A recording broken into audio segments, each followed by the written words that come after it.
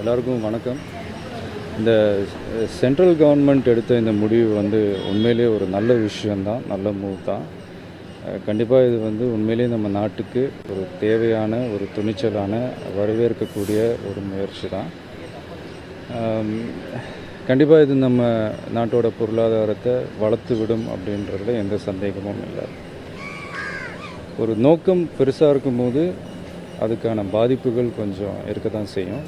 ஆனால் என்ன ஒன்று, அந்த பாதிப்புகள் வந்து அந்த நோக்கத்தோடு அதிகமாக ஆகிடக்கூடாது அப்படின்றது தான் நம்ம பார்த்துக்கணும்.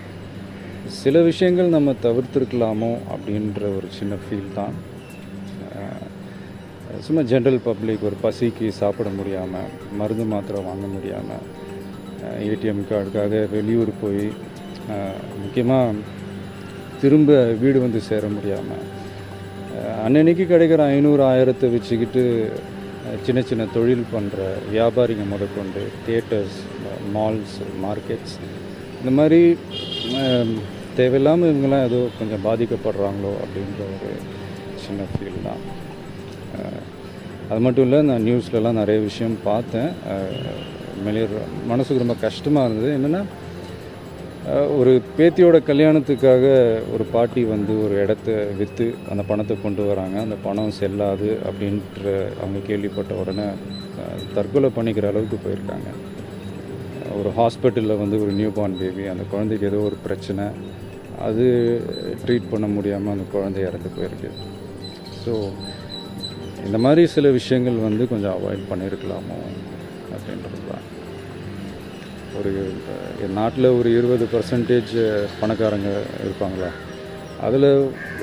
அதில் ஒரு குரூப் ஒரு சின்ன பர்சன்டேஜ் பண்ணுற தவறுகள்னால மீதி இருக்கிற 80% மக்கள் அவங்க என்ன பண்ணாங்க அப்படி. நான் திரும்ப திரும்ப சொல்கிறேன், இது வந்து இது வரைக்கும் யாரும் பண்ணாத, யாரும் பண்ண யோசிக்காத ஒரு சிறப்பான பெரிய முயற்சி தான் அது. அதில் எந்த மாற்றமும் இல்லை, எந்த தவறும் இல்லை. ஆனால் இப்படி ஒரு பிரச்சனைக்கு தீர்வு காணும்போது ஒரு சட்டம் போடுறாங்க, அதுக்கு அதை அமல்படுத்துகிறாங்க. அது பண்ணும்போது என்னென்ன பிரச்சனைகள் வரும் அப்படின்றது முன்கூட்டியே தெரிஞ்சுக்கிட்டு அதுக்கான அந்த ஸ்டெப்ஸை முன்னாடியே எடுத்து பண்ணியிருந்தால் இன்னும் சிறப்பாக இருந்திருக்குமோ அப்படின்றது தான் என்னுடைய ரொம்ப தாழ்மையான ஒரு கருத்து. பட் இன்றைக்கி வந்து கொஞ்சம் செட்டில் டவுன் ஆகிருக்கு அப்படின்லாம் சொல்கிறாங்க. லாஸ்ட் 3-4 days இருந்த அந்த பேனிக் சுச்சுவேஷன் இல்லை. பட் இருந்தாலும்